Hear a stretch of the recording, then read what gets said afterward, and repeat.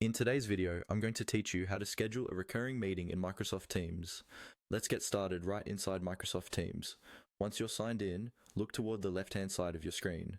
You'll see a vertical menu with icons like Activity, Chat, Teams, and so on. From that list, click on Calendar.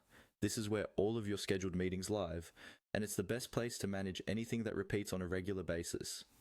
After the calendar view opens, you'll see your days and times laid out, similar to a typical work calendar. At the top right corner of this calendar page, you should see a button that says New Meeting. Go ahead and click on New Meeting. This opens a new meeting setup window where you can enter all of the details, such as the title, the date, time, and who you want to invite. Before we make the meeting recurring, it's a good idea to at least choose the initial date and time so the schedule makes sense. Pick the start and end time for your first meeting, then check that the time zone is correct.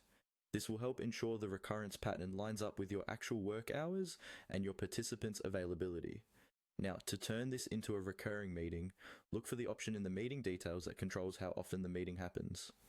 By default, this is usually set to Do Not Repeat. It's typically a drop-down menu located near the date and time fields. Click on Do Not Repeat. This is the key step that tells Teams you don't just want a one-time meeting.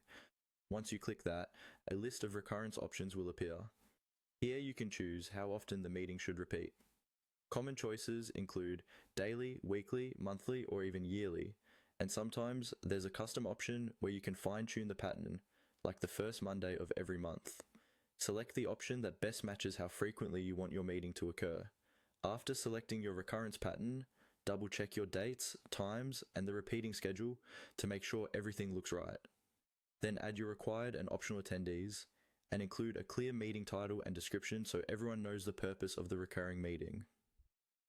When you're happy with all the details, click Save or Send.